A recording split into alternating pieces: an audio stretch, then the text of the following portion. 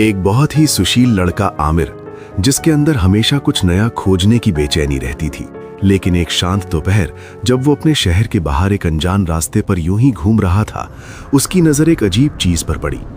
जमीन में बना एक विशाल रहस्यमयी गड्ढा, जिससे एक अनोखी रोशनी निकल रही थी। वो रोशनी साधारण नहीं थी, उसमें ऐसे रंग चमक रहे थे जिन्हें आमिर ठीक से पहचान भी नहीं पा रहा था। उसका दिल तेजी से धड़कने लगा, लेकिन उसकी जिज्ञासा उसके डर पर भारी पड़ गई। उसने एक गहरी सांस ली और उस गड्ढे के अंदर कदम रख दिया। पल भर में उसके चारों ओर की दुनिया पूरी तरह बदल गई। अब वो एक रंग बिरंगी, जीवंत और एनिमेटेड दुनिया में खड़ा था, और टॉम और जेरी अपनी हमेशा की दौड़ भाग में लगे हुए थे। उसे अपनी आंखों पर यकीन ही नहीं हो रहा था। कार्टून किरदारों की नजर उस पर पड़ी।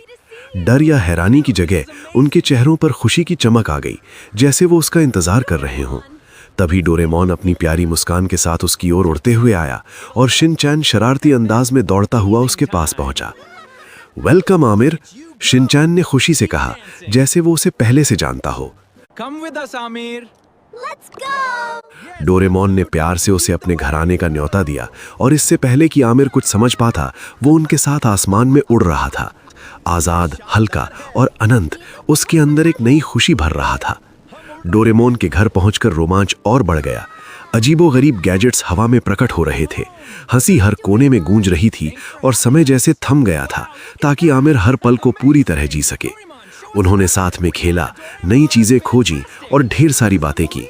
बहुत समय बाद आमिर ना तो अपने भविष्य की चिंता कर रहा था और ना ही अतीत के बारे में सोच रहा था। वो बस खुश था। और जब वो चमकती हुई रोशनी उसे वापस बुलाने लगी, उस कार्टून दुनिया में जहां कल्पना और दोस्ती की कोई सीमा नहीं थी, आमिर ने एक गहरी बात समझी।